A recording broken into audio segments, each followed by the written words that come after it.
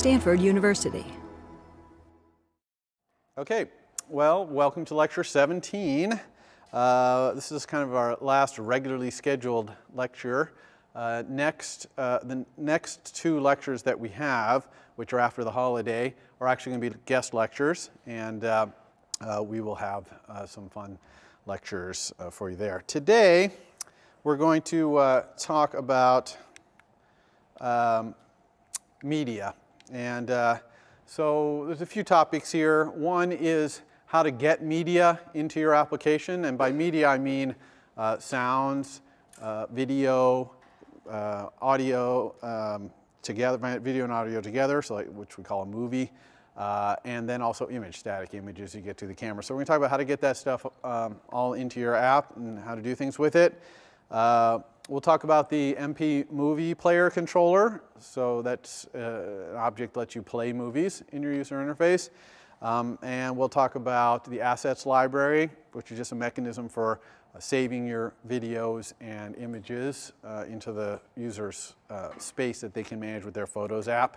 And finally, we're going to talk about sound. We're just going to talk about simple sound because we only have so much time, but I'll give you some pointers to go look at more complex sound. I don't recall that any of you are doing a final project that has really intense sound mixing and other requirements, but a number of you want to be able to at least play sounds, if not actually record some simple sounds from the user. So that's what we're going to talk about today, all media stuff. So we'll start with the UIImagePicker controller. So the UIImagePicker controller is a controller that you put up modally. You call present modal view controller animated to put it up. It's a UI view controller. And when it comes up, it'll let you choose images or video, either from the camera, if the device has a camera, or from the user's saved photos library, saved videos library, that is something they manage with the Photos app, and also that syncs with their iTunes. So the way you use this UI view controller, you alloc and init it just like any other view controller, and you set its delegate. Then you configure it, and the primary configurations are what kind of media and where is it coming from. Then you present it modally. You know, it's just like has the same rules as any other modal view controller. And then when it's done, when the user's finished, looking around, taking pictures with the camera, whatever they're going to do, and they say they're done, then a delegate method will get called and tell you what the user chose. Now, what the user can do, what images they can get, or what video they can get, or whatever, obviously depends on the platform. So some devices have cameras, some devices don't. Some of those cameras can record video, and some can't. So you need to, just like all these other APIs, core motion, core location, one of the first things you always need to do in your code is find out what the device you're on can do. Okay? And you do that in two steps, really, with the ImagePicker controller. The first is you ask whether the type of source, meaning where the images or video is going to come from, is available on this platform. So there's three options here. One is the photo library, which is the user's synced library of images and video. The camera, which obvious camera, and some devices actually have two cameras, and I'll talk about that in a second. And then there's the saved photo album, which is kind of a halfway house between applications and the user's photo library. So when they go to the Photos app, they're looking at all their synced photos and video from iTunes, but then there's also a camera roll in there you've probably seen, which is basically recent pictures taken by applications or taken by the camera application itself on the app. So those are the three places you can get videos or image from, one of those three spaces. So obviously a key one here to ask is the UIPicker controller source type camera available if you want the user to be taking a picture. Now there's a second step though, because not every source type, for example, can give you video. So some cameras you can't get video out of. 3GSs, I guess, or I'm not sure, 3GSs. At some point there was a turnover where you can start getting video. And so there's a second class method you call here on UIImagePicker controller called available media types for source type. So you pass it the source type, like the camera or the photo library, and you get back this array of strings, which is a little bit of an odd API. And that'll tell you what type of media can be gotten from that source. And then there's these two constants, type image and type movie. One is for static images, one is for movies. And a movie, the word movie, when I use that today, means a media file or media source that has both audio and video synchronized. We call that a movie. All right? Video is just no sound, audio, no images, no video. Movie is the combination, okay? So normally you're not actually checking for type image or type movie here.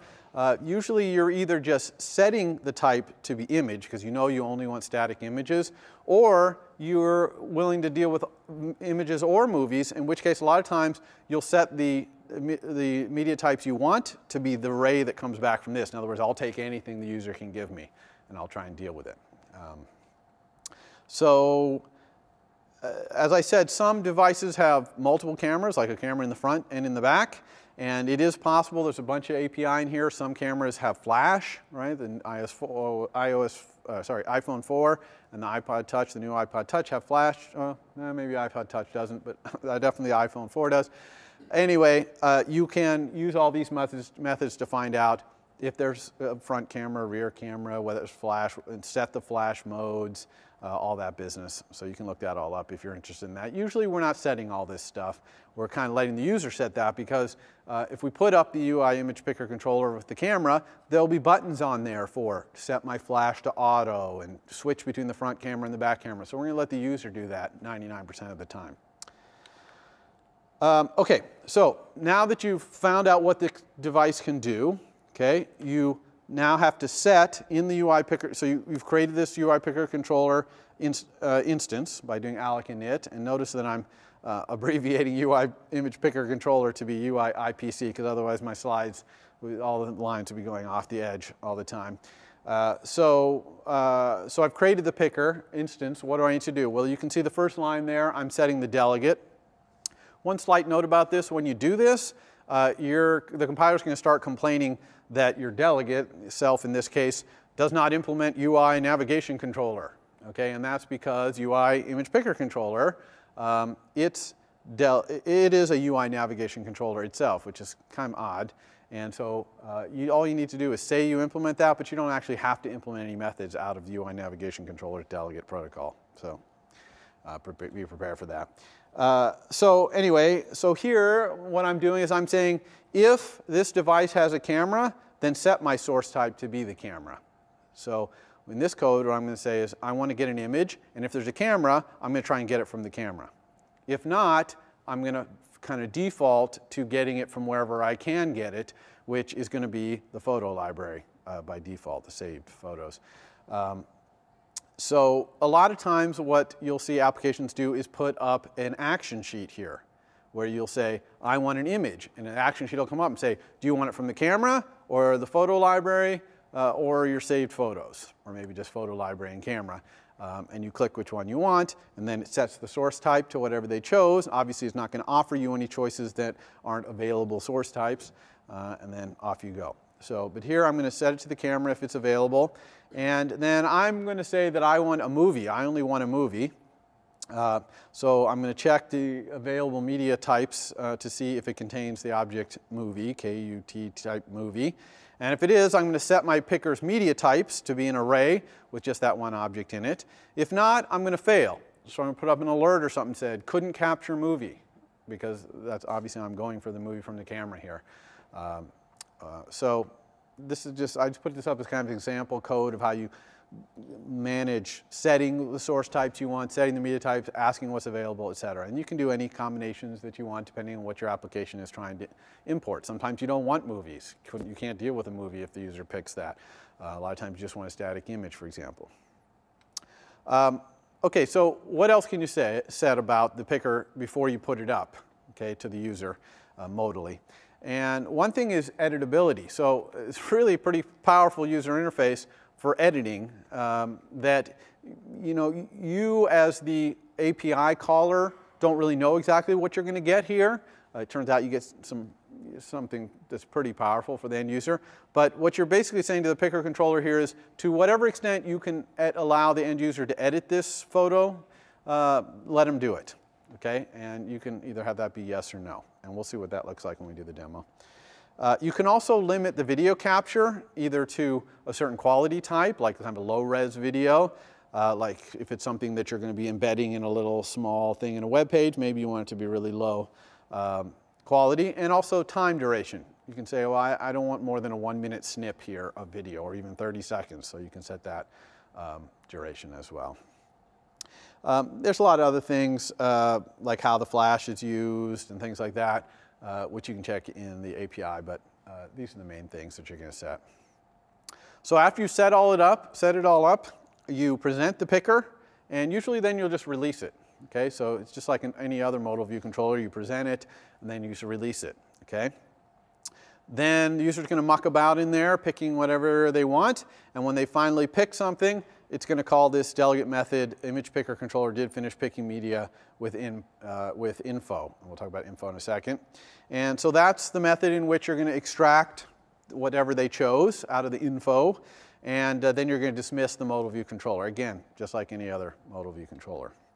All right, so what's in that info dictionary? Okay, so you can look in the documentation and see what's in there. Here's 5 of the most commonly used ones. The first one is just a string, which is either that type in or type movie, saying what the user chose, whether they chose an image or a movie. The second one is a UI image, which is the original unedited, if you allowed editing, image that they took a picture of with the camera or got out of their photo library. And then the second one is edited image. That's after they edited it, cropped it, and translated it to where they wanted it. And then crop rect tells you the rectangle in the original view's coordinate system that the edited image ended up being. And then this last one, which is kind of fun, is media metadata. So that's things like the resolution of the image, what kind of device it was taken on. It's obviously going to say iPhone here. Probably has things like latitude and longitude in there if the user allows that to be captured, that kind of stuff. So you can look in the documentation and find out what's in there. So those are the kind of things that are in an info dictionary. The most important ones are the original and edited images if you're doing a static image, or oops, this might be cut off here about, yeah, there is one missing here too, which also is the media URL if it's video. Okay, so UIImagePicker controller media URL it's called. That would be a URL to video. When it captures video from the camera, it puts it in a file in your sandbox and then returns you a URL that points to it. Okay, unlike an image where it gives you a UI image. Okay, what else about the picker controller? And so that's pretty much it. You know, you put it up. The user does what he does, you get the delegate method, you get the image, simple as that.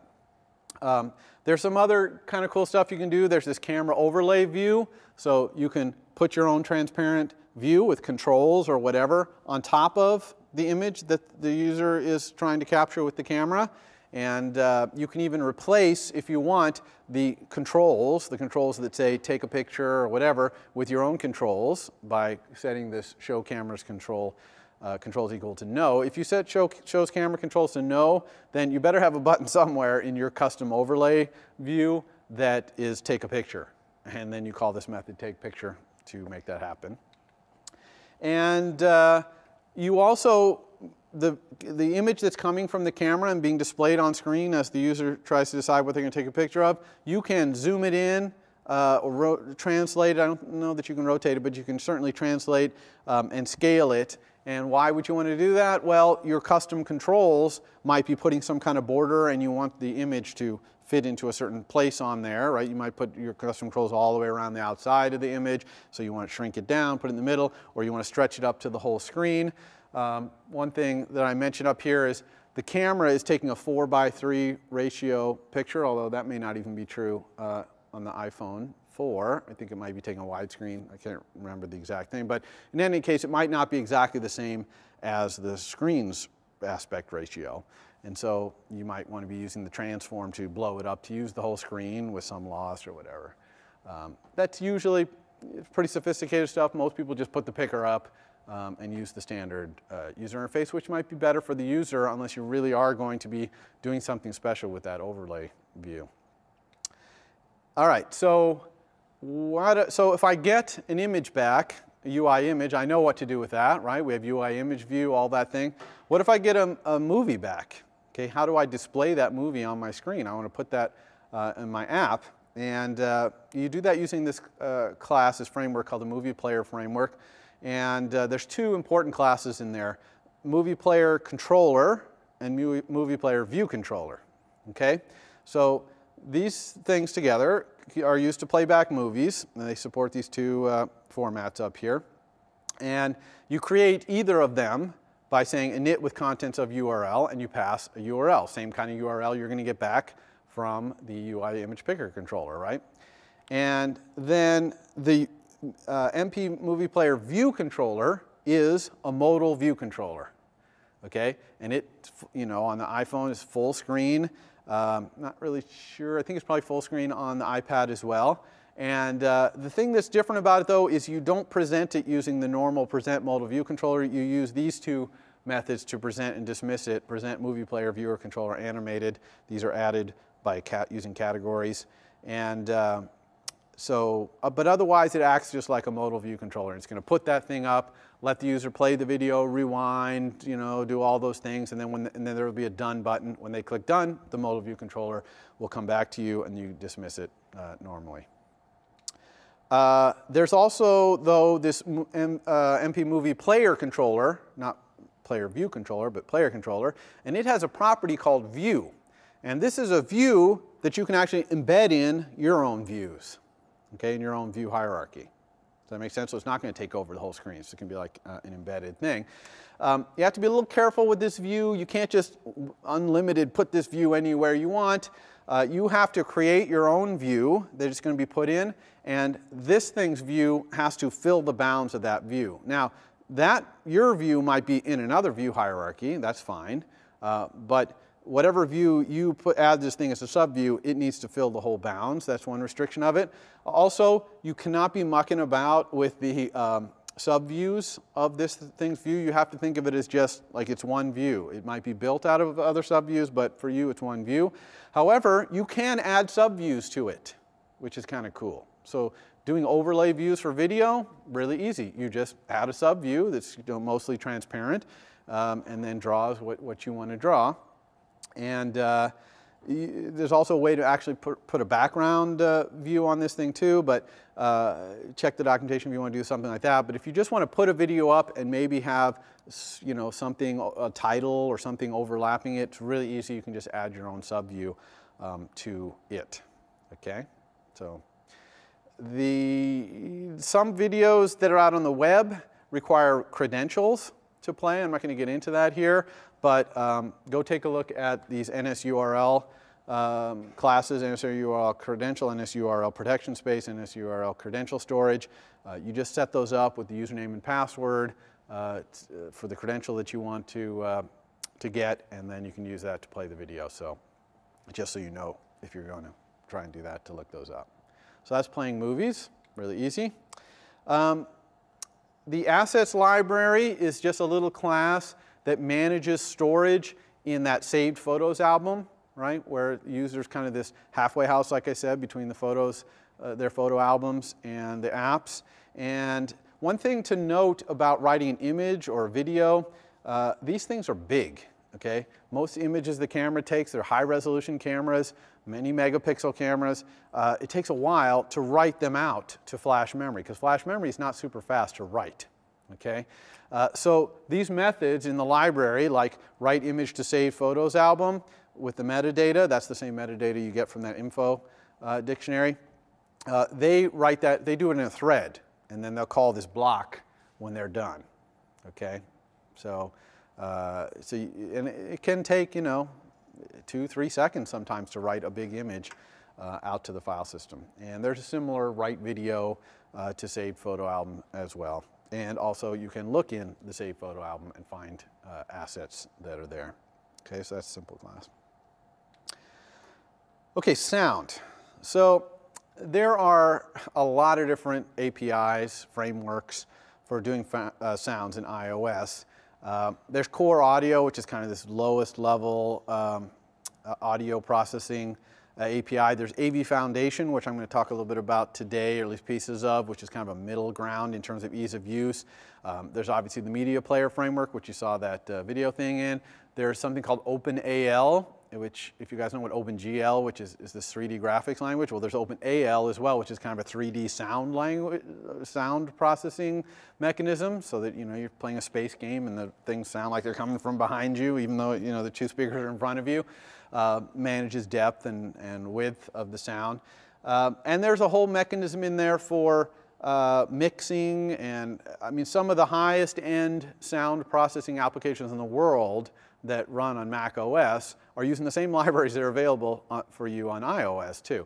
So if you ever have an interest in building some really complex sound processing application for the iPad or the iPhone, there's definitely the tools for you in there. But today, we're only going to talk about simple audio playback and simple recording, because that's what most of you need, and it'll get you started. And that stuff is, there's two forms of that. For playing sounds, you can use AV Foundation, which I'll talk about in a moment, or there's also this thing called the System Sound API, which is a C API. And this you use for things like, you know, beep and bonks and, you know, little small special effects in your application. And before I get into that though, yeah, iPod library. So at least one of you, maybe two of you, want to try and play music out of the user's iPod library in your app, right?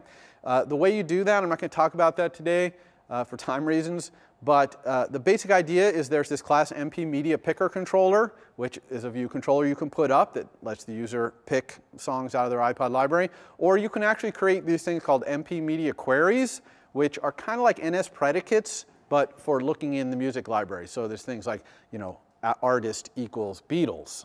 Okay, now if you search, you'll get results, okay, on that one. So you can create your own MP queries and then get the results, and then you use this MP Music Player controller to play it. So that's what you need to be looking for in the documentation if you're going to be doing that one. That one counts as a only by looking in the doc feature, since I'm not going to demo it today.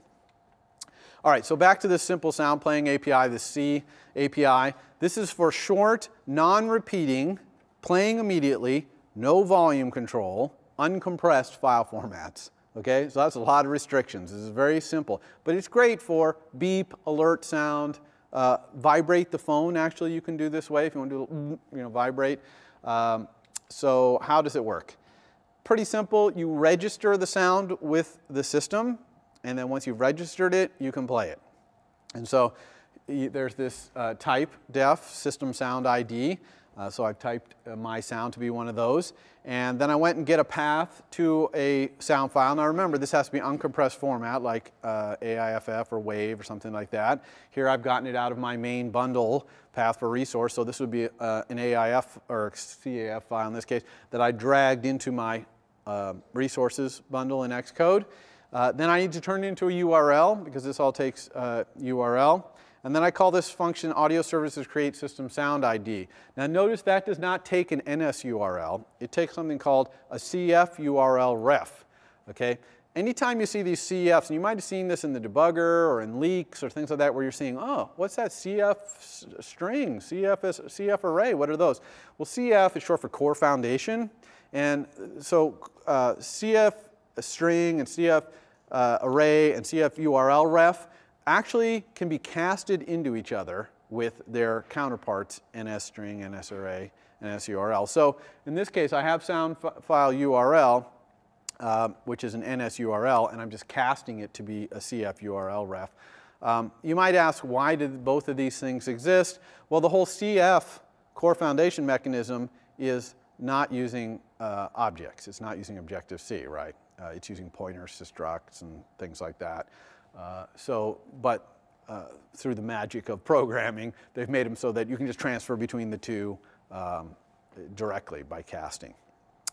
Okay, so now you've created this system sound ID. It's returned it. You see that's ampersand my sound, so it's set my sound to be that system sound.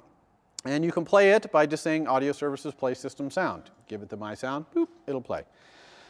When you're done, you need to free it okay? And you do that by audio services dispose system sound, and you definitely want to free these things when you're done with them because sounds are not small either, especially uncompressed sounds. Now these are short sounds, probably half a second type of sounds or even less, but still uncompressed, they're decent size, and if you have hundreds of them, you can start using a significant amount of memory.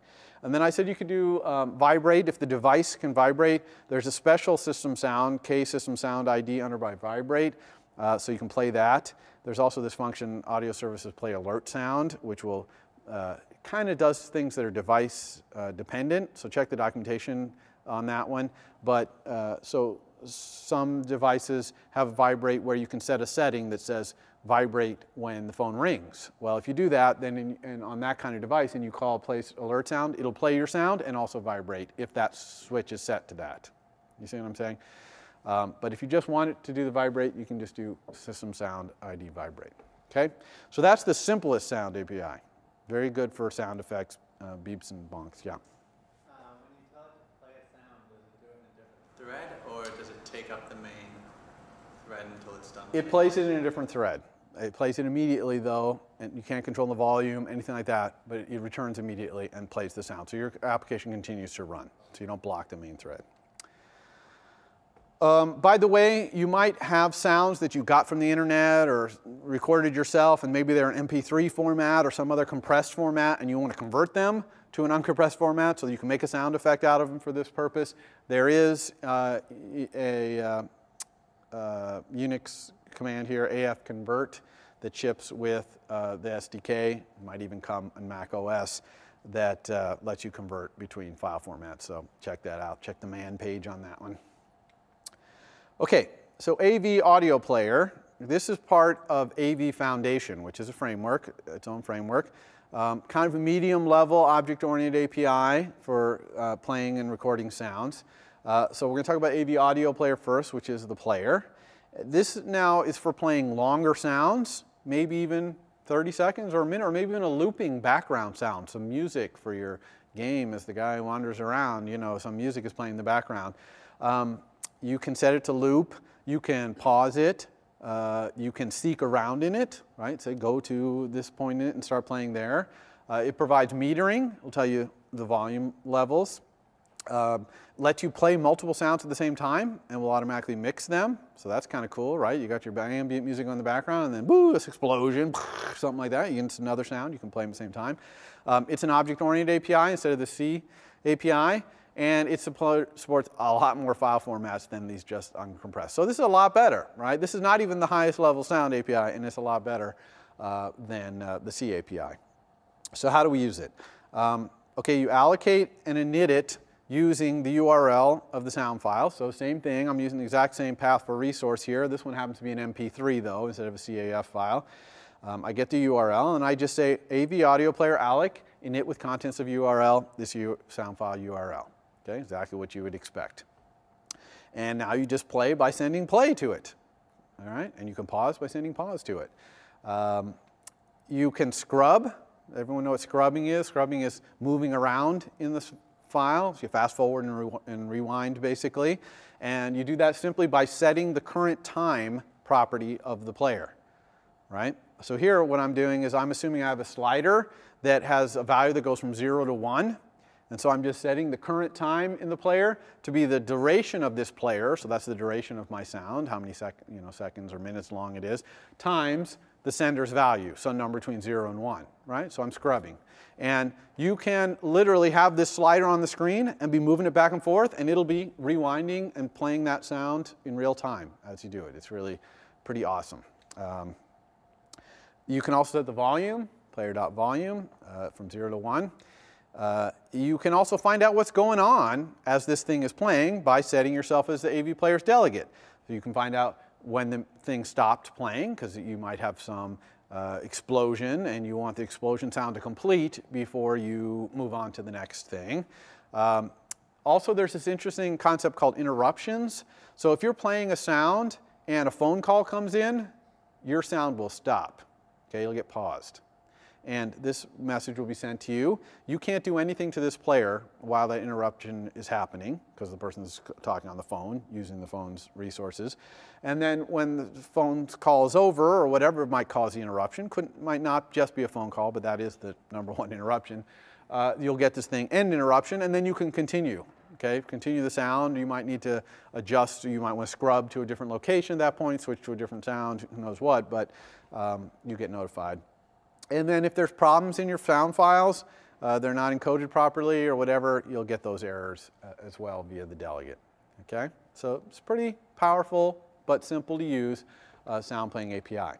And there's an analog, which is AV audio recorder, very simple to use, recorder style. Okay, same thing. You allocate an init. Now, of course, here the URL that you're passing it is a URL that it's going to use to store the sound data that it's recording. Okay, recording usually off the microphone, could be the plug-in mic. So it needs a space to do it. So you're going to create a URL. Usually you're going to create it in your documents directory or your cache directory maybe, if it's just going to be a temporary file or whatever. Notice it also has this settings argument. That is things like the sample rate, how many channels, stereo, not stereo. You can just set it to nil if you just want like dirt simple sound. You just want the system defaults. It's perfectly fine to set that to nil. And then you've got the NS error ***, which will return an error. You can set that to null if you want. When you call this, if there's an error and that's null, you might get nil back from your alloc init. Or you might get a recorder that won't record, so you should be careful there. It has a delegate as well, find out what's going on. Then you just send messages to it to make it record. Recorder, record, and that starts recording. Of course, in the background, in a different thread, your program continues to run, but at the same time that it's running, it's recording whatever's coming in until you say recorder pause, or you can say recorder stop. So here, for example, might be the code if you had a toggle button that toggles between recording the sound and then press it again, it stops recording. Okay, and then you hit record, it goes back and re-records it. It doesn't continue recording from where it was. Oh, actually, if you pause in this case, yeah, it probably would do exactly that. I'm not 100% sure of that. You should check in that. Probably does, yeah. And there's also recorder stop, which would just stop recording. Okay, and then if you record it again, it would record over. You can find out how long you've been recording for, current time. This one is not like current time in the player where you can scrub by setting it. This is just reporting to you how long this thing has been recording, how many seconds we've been recording. There's also the meters for this one as well. The way metering works is a little odd, so I'm just going to go through it quickly so that you don't get too confused. First, you have to enable metering by setting enable metering to yes. Then you have to call this method update meters, okay, which will update the meters, and then you can call peak power for channel, average power for channel, and it will give you the meter level. You know, on recording, you could actually use this to have, what do they call it, when it only records when you're speaking. There's a word for that. I don't remember now, it's escaping me. But, you know, so they don't have to press buttons to do it. They can just, you can have a recorder going, and when the meter gets to a certain level, then you're recording and drops down. You're not recording the data or whatever.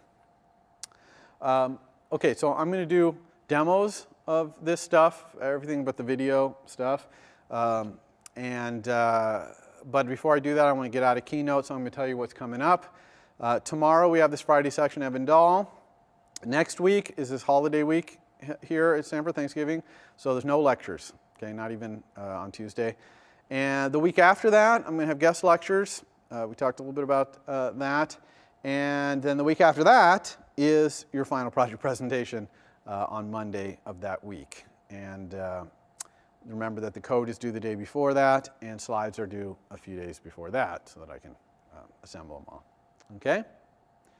All right, so demo time. So the two demos I'm going to do, one is we're going to do both these in Label Mover, our favorite monster app that has all kinds of features wedged, bolted on the sides, kind of Frankenstein. So the next Frankenstein feature we're going to bolt on there is to allow us to set the background of the label mover to an image.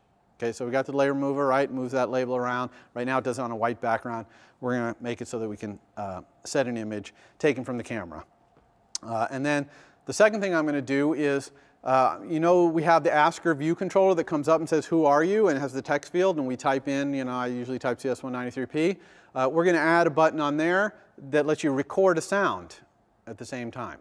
Okay? So that Asker is not only going to ask you the question in text, it's going to get your answer in audio as well. And then we'll use it in the label mover. Okay? So that's what we're going to do.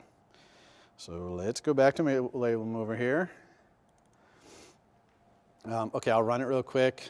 Let me run on the simulator first. We're not going to get the accelerometer here, but I just want to show you. So here's label, and remember, we click it, it goes around. If we had the accelerometer and we were moving it, it would be sliding, drifting towards an edge or whatever. And we also have the timer in, so it automatically, every 6 seconds, moves. Okay, so what we're going to do first here is set this background image. Now, UI view has a set background color, which is cool, but it doesn't have a set background image method. So the first thing I'm going to do actually is I'm going to add a method, a property actually, called background image, which sets a background image of my view. And I'm going to do it this way because I want you guys, when you think about how you implement something, to think of doing it somewhat as if you were the framework designer. Okay? You don't always just want to be the end programmer hacking, bolting things on. You want to think about, I really wish the iOS had this method. Well, maybe there's a way you could add that method to your class. Okay? And so that's what I'm going to do here. I'm going to add a method, a property called background image. Okay, @ property, retain, it's a UI image, background image, I'm going to call it. Okay, now I'm going to implement this also in kind of an interesting way. Since sometimes I might not have a background image, I'm not even going to have an instance variable for this.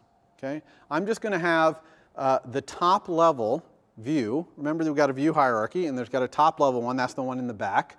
I'm just going to have that be, if I have an image, that's going to be UIImageView, all right?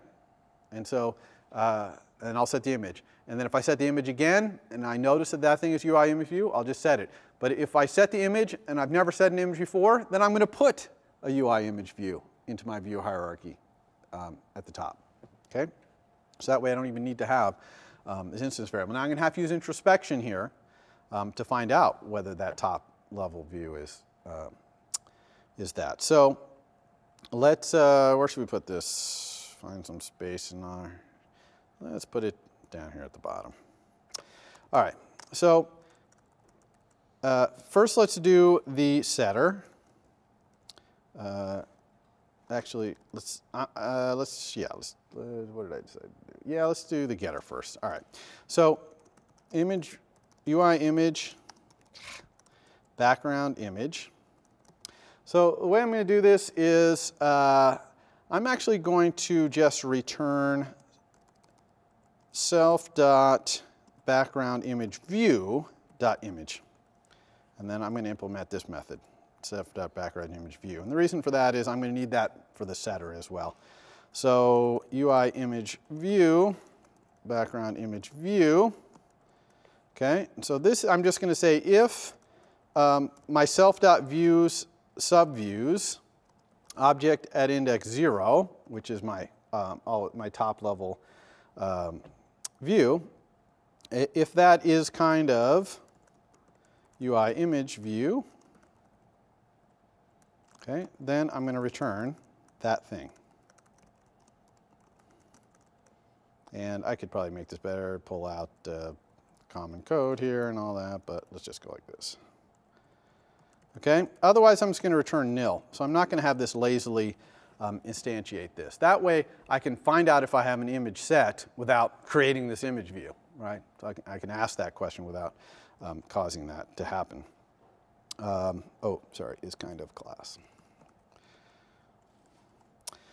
Okay, so now the setter, let's do the setter, set background image. And so if, here, let's do this. Let's go UIImageView background image view equals self.background image view. All right, so if I don't have a background image, let me scroll up so we can see a little better here. Sorry. Okay, if I don't have a background image view, then I'm going to create one here. All right, and I'm just going to say my background image view equals a UI image view, alloc init with frame, and I'm going to set it to be my whole view's frame. I want my background image to fill my whole frame, so self.view.bounds. Then I'm going to put it into the view hierarchy, self.view, insert subview, this background image view at index 0, which is the top of the view hierarchy. And then actually I can release it. Because remember, when we add something to the view hierarchy, it takes ownership of it. So I don't need ownership of it anymore. Now I'm going to say background image view.image equals image, which you might say, I just released that thing. Yes, but I know that in the context of this method, there's nothing that could have happened to that thing to have it removed from the subview inside this method. And we know that UIKit is not multi-threaded, so it's not like some other thread is going to muck in with that hierarchy. So it's perfectly safe to go ahead and set our image here. Oops. All right, so did everyone see what I did there? So I just created this new property, background image, and I made it setter and its getter, and I just used introspection to be able to store it in the view hierarchy, which is where it belongs anyway. Okay? All right, so now I have that image view thing. What do I want to do next? Well, I'm going to make another gesture. I got my swiping to the side, and I've got my tapping. I'm going to have another gesture, which is when I swipe up. Okay, when I do swipe up, it's going to bring up a UIImagePicker and let me pick an image from the camera to be my background. And now I've got this nice method. It's going to be really easy to set it. So let's add that gesture. Let's go up where we have our other gestures up here in view load, right here. So I'm actually going to copy and paste this swipe gesture. Okay, and I'm going to call this swipe gesture swipe up gesture. Swipe up, swipe up. And to make it a swipe up gesture, I need to tell this needs to be swipe up as well. I need to tell this swipe gesture direction to be UI swipe gesture recognizer, what's it called? Direction up or something like that. Yes, direction up. Okay, so that's how I make this swipe gesture different from the other one. The other one has the default direction, which is left to right. And you know, for readability of code, I might want to go up here and on this swipe direction, just set it explicitly. Even though I'm getting what's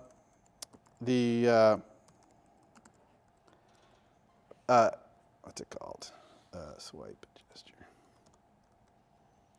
Even though I'm, let's look it up in the documentation, shall we? Sorry.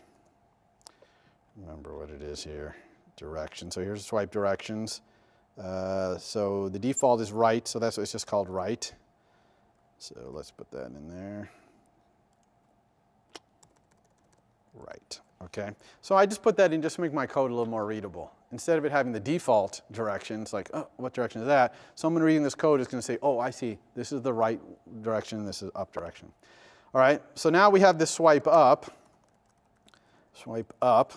method, which is right here, right? That's the target, that's the action rather of the swipe up gesture. So this is the method in which we're going to put our UIPicker controller up and configure it to the source type we want, etc. So this is pretty straightforward. So UIImagePicker controller picker, I'm going to call it. UIImagePicker controller alloc init. Okay, it's a modal view controller. I'm going to set myself to, I'm going to set the pickers delegate to be myself, right? Because I want to get the message when the picker's done choosing. I want to make sure I get notified. Then now I'm going to do this source type thing. And what I'm going to say here is if the UIImagePicker source type available, UIImagePicker controller source type camera. So if the camera is available, then I'm going to set the picker source type to be the camera.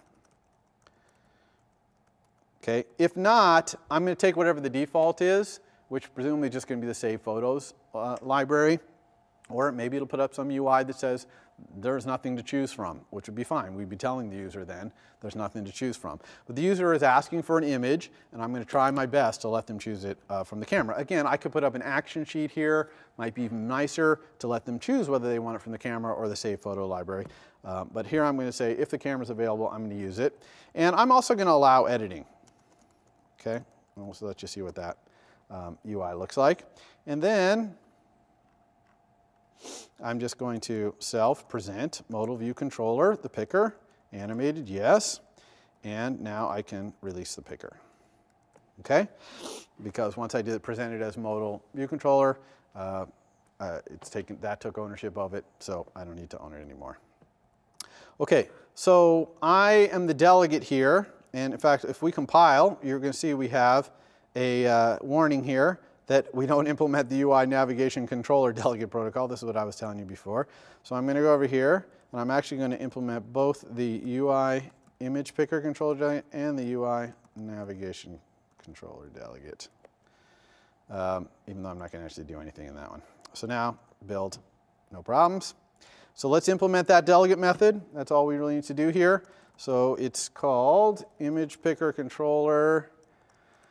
ImagePicker controller, picker, did finish picking media with info, and as a dictionary, star info.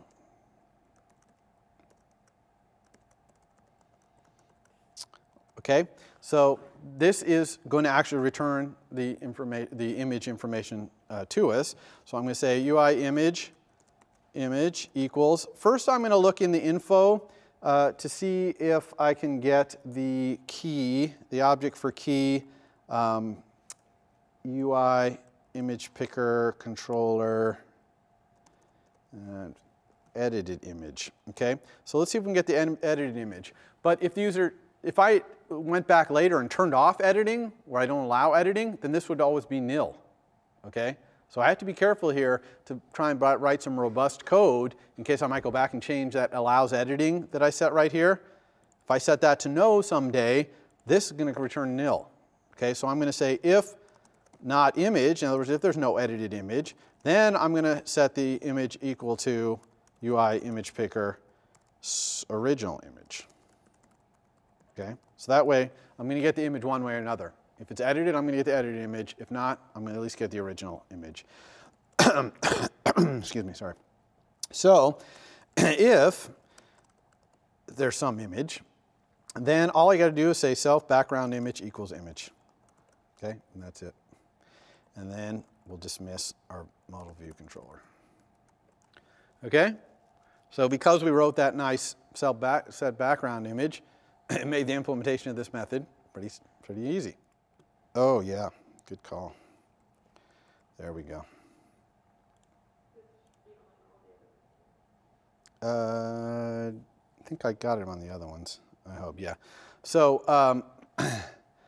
so I swiped up, and it's showing me my saved photo albums, which I have no saved photos, so there's nothing I can do here on the simulator. Now, the simulator actually, it is possible to put photos in your saved photo album, so you could use it to test if you wanted to do that, but not here. So we really want to see it on the device, so let's do that. Change this. Okay, so here's our guy. He's running. Can you see that okay? It's probably a little glowing. It's working, and let's see. Our accelerometer is working. I'm tilting it from side to side, tilt up. Okay, so that's working. So let's go ahead and swipe up here. Okay, so here's the camera. Now it's showing black, which is not so good. I could actually switch over to the front camera. There's my hand, you can kind of see. Okay, so there's my camera. So I'm going to take a picture. I have a nice subject matter here to take a picture of, so I'll take that. There we go. Okay, so there's my subject matter, my little San Francisco Giants rally rag. So here you can see the editing interface. This allows me to zoom in, right, and to move around to pick a different piece of the image, okay? And you can see there's a retake button here in case I wanted to try again. But here I'm just going to use, so I click use, and it set this as our background image. Now, notice it stretched it to fit because that's the default behavior of UIImageView. When you set an image on it, it stretches the bits to fit in its frame. But you can, there's things in UIImageView you can control that behavior. But anyway, you can see that it's a little hard to see, but our label is still there. You see it? Still moving along. Okay, so still working. This is all still working too. Okay, so that's it. So that's all there is to doing the images. Really, really, really simple, okay? All right, so now let's go do sound, which is also pretty straightforward. Okay. Oh, yeah, I want to show one more thing, which is the assets library thing, saving the image that the user chooses into this saved photos thing. So let's just do that code really quickly. I'm going to do this automatically every time the user picks an image. You probably wouldn't want to do this. Okay, if you have an app that lets it set the background image, you probably don't want to be storing that to save photos every single time. You probably want an alert that says, do you want to save this to store photos? But I'm just doing it here so you can see what that code looks like. And what it looks like is this. You get ALAssetsLibrary. Library equals ALAssetsLibrary alloc init. Okay, so that creates one of these asset library instances. And I'm going to get the metadata out of the info, which is info object for key, UIImagePicker, controller, media, metadata. And then I'm going to say library, save, what's it called? Save, write image to saved photos album. That's the image. Now, one thing you probably may have not noticed on the slide is that this, kind of similar to the CF URL thing we saw, this method does not take an NS or UI image rather. Okay, it takes this thing called a CF image, and so I can do that by sending a message to image called, or sorry, CG image, core graphics image, not CF image. So I can send this message CG image to all UI images, and it'll give you this core graphics image, kind of a lower level, less object-oriented interface for an image. So I got that, and what's the other thing I need to send? Metadata. Metadata. And then completion block. Okay, this I could do, you know, up arrow, blah, blah, but I'm just going to say nil. No completion block. And assets library import.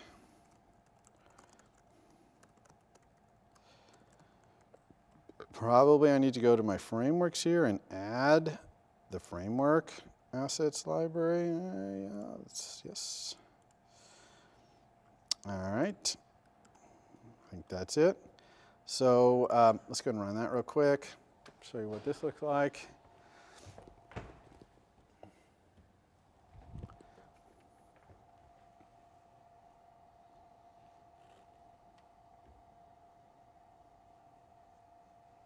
Okay, so I'm going to swipe up. Okay, this time I'm going to take a picture over here of this marker. Okay, so I took a picture of the marker, and I'm going to say use. Okay, so it used it. That's nice. But now, if I go out here to the photos, and I look at all my photos in the camera roll, you can see it added the marker. You see the marker right there to the camera roll. So now the user could then drag it into their photo albums or whatever. So that's how that works. Okay, that's that. And now the sound. Okay, so the way I'm going to do this sound thing, remember I said that I want to be able to associate a sound with whatever the label is that I enter in the controller, is I'm going to change my Asker view controller's delegate method. Right, here's my Asker's view controller delegate method down here. I'm going to add another argument to it. And because this is getting so wide, I'm going to put it on multiple lines. And I'm going to call this one with audio. And I'm actually going to pass back an AV audio player, right? Because I'm going to record some sound from the user, and then I'm going to pass it along to whoever is using the Asker controller by passing an AV audio player. Call it answer audio. Okay, better import here. Import AV Foundation. So AV Foundation is the framework. Better go over here to Frameworks, add Framework, AV Foundation. Okay, so that's that. So how am I going to implement this new audio? Well, I'm going to need a recorder so I can record it, and I'm going to need a player so I can hand it off to my delegate. So let's just add those as instance variables. So AV audio player, I'm going to call it player, and AV audio recorder, I'm going to call it recorder. In my UI, right now, I bring up that text field and I type CS193P and I hit return and my delegate fires, okay? But I don't want to do that now because I want to give the person the chance to hit record and record their audio. So I'm going to add two new buttons to my UI. One is record for recording it, and another one is done. And done is going to dismiss my modal view controller, or it's going to resend my delegate method basically. So I need two IB actions for that. IB action done and IB action record. Okay, and that's pretty much it. That's all I'm going to be changing in the API of this thing. So let's go over to Interface Builder real quick and add those things. All right, so here's my Interface Builder. Right now it only has this label. So I'm going to add two buttons. That big. Okay, and we'll use the blue lines to center these things. There we go. We'll call this one record. Call this one done. And then we'll just wire these up. Oops, no we won't. Small screen. How about this? All right, now we'll wire these up. Oops. Hello. Maybe I didn't save that or something. Asker view controller, action done. Okay, let's go back here. There we go. So that's record, and that is done. Okay, so that's all I'm going to do in the user interface. And so now let's do the implementation. Pretty straightforward. Right here where I have text field did end editing, that's where I'm firing my delegate method right now. So I don't want to do that anymore. So I'm going to comment that out. And I'm going to just turn this into my IB action done. Oops, done. Now one other thing I'm going to do here just to be totally correct is I'm going to say if my answer self.answer field.length is greater than 0. So I'm still not going to allow my answer field to be 0 characters long because I don't want the person to bring it up and then just hit done right away. Even though the text field won't allow that to be entered, I don't want them to do that. Although I think I might become first responder, so it probably doesn't matter anyway. But let's just be careful here. And then with audio player. Okay, I'm going to pass my player along. So that's it. That's all that's necessary for done. Of course, we thought to make player work. Oh, sorry, text. We have to load this thing up with player. And if the person doesn't record anything, the player is just going to be nil, which is fine. We'll communicate to our delegate that there's no sound by passing nil here. So that's all winning. So let's do record. That's where the real magic is. One thing also, let's not forget down here, let's release our player and let's release our recorder. Okay, we want to be good citizens there. All right, so record is, I'm going to record the file, the data that comes in, into my caches directory. Remember that the caches directory be like where you know, a browser would keep its caches, whatever. It's never backed up to iTunes, and I would never want this file backed up. So that's a place to kind of put a temporary file like this. So I'm going to say string cache directory equals, and now you search back in your mind a couple of assignments ago. We have this search path for directories in domains. Remember that one? I'm going to do the caches directory, and the domain mask is NSUser domain mask. And expand tilde, yes. So that, and I'm going to just take the last object out of there. And then I'm going to make my URL, record URL, just say NSURL, URL with string, the cache directory, string by appending path component, and we'll call this answer recording.aif. Okay, so that's my recording thing. Let's make sure we get it on brackets matching. We're all good. Okay, so now we hit the record button.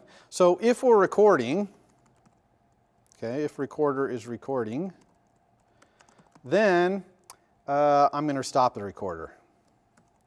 Okay, so that record button that I put in, I'm going to hit record, say whatever I want, hit record again to stop. Okay, and yeah, I should probably set the title of the button to say stop or something like that when it starts recording, all that. You could do all those niceties.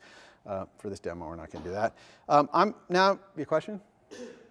I'm going to release my old player, okay, because I just stopped, and I want to set the player to have the new thing I just recorded. And then I'm just going to create a new player here, audio player alec init with contents of URL, the record URL. That's the thing we just finished recording, right? We just hit stop, and error null for here. And then let's play back what I just recorded. Just so I'm going to hit record, say something, stop, and it's going to play it back to me so I can make sure this is really what I wanted. Okay, otherwise, if the recorder is not currently in the middle of recording, it means we need to start recording. And if we're start recording, then the first thing we need is a recorder. So if there's no recorder, then recorder equals AV audio recorder, alec init with URL, this record URL. And I'm just going to use default settings. I'm not going to catch errors right now. And then I'm just going to say recorder, record. Okay? So hopefully that's it. Now, one other thing we need to do, obviously, we got the other side of this. This is the asker. It's doing its job now, asking for the recording. Let's go make our label mover use it. So how is the label mover going to use this new feature in our asker? And what is going to happen is every time I click to make it move, I'll play the sound. Okay? Make sense? This is just an easy way to, we've got so much loaded into the UI of this thing. We'll just load some more on there. So let's find tap. Where is tap? There's tap right here. So every time we tap to move, I'm going to play. So to do that, I need to, let's have an instance variable called audio and put that thing that comes from the delegate in there. So let's go back to our controller's header file and add an instance variable here. It's an AV audio player. I'll call it audio. Let's make a little property for it. Obtain AV audio player star audio. Let's synthesize its setter and getter.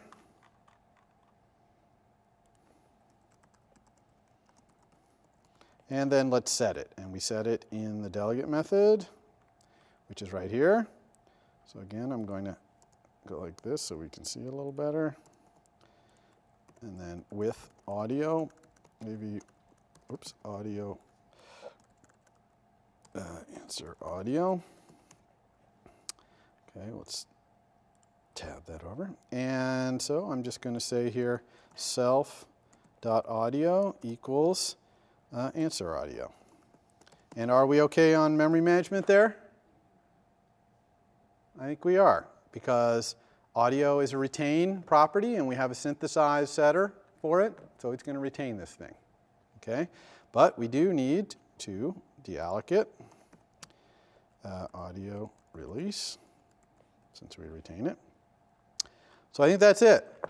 That's all we need to do. Let's try it out. So I'm going to make this a little more exciting by grabbing this image again. Oops. Let me take. All right, so let's get our San Francisco Giants going again here. Okay, so there's our San Francisco Giants. I'm also going to, okay, so here's our thing to change our name or our label. And you can see we've got our two other buttons there. Just a little washed out. I'm not really sure how to make it not do that, but let's try a different name than CS193P here this time. Let's try Buster. Oops, no, it even knows that. Buster Posey. Oops. P-O-E-Y. Okay, so there's Buster Posey. And let's record something here about him. Rookie of the Year. Rookie of the Year. Yay, okay. So now I'm going to hit done. I'm going to click done on here, which is going to send the delegate method over. Okay. So now when I click, Rookie of the Year. Rookie of the Year. Okay. Rookie of the Year. Okay, so that's it. About perfect timing here. So that's all I was going to show you today. Hopefully that will be the level of sound playing and recording that you want to use in your applications. If not, if you want to use more or whatever, feel free to contact us, and we'll try and point you in the right direction as best we can. And so I'll see you. Have a good holiday next week, and good luck with your final projects. And I'll see you in 2 weeks or a week and a half. For more, please visit us at stanford.edu.